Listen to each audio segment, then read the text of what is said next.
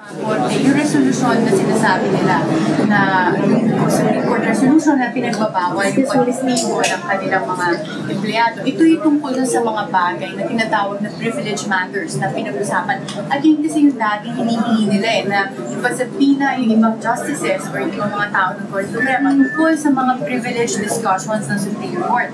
Itong bagay na ito yung tungkol sa allowances na hindi ito privilege matters na tungkol sa diskusyon hindi lamang ni Chief Justice Corona, pati nadadamot yung ibang justices, yun yung pinagbabawal. Ito tungkol sa mga allowances and income ni Chief Justice Corona from the Supreme Court. Kaya hindi siya covered ng resolution.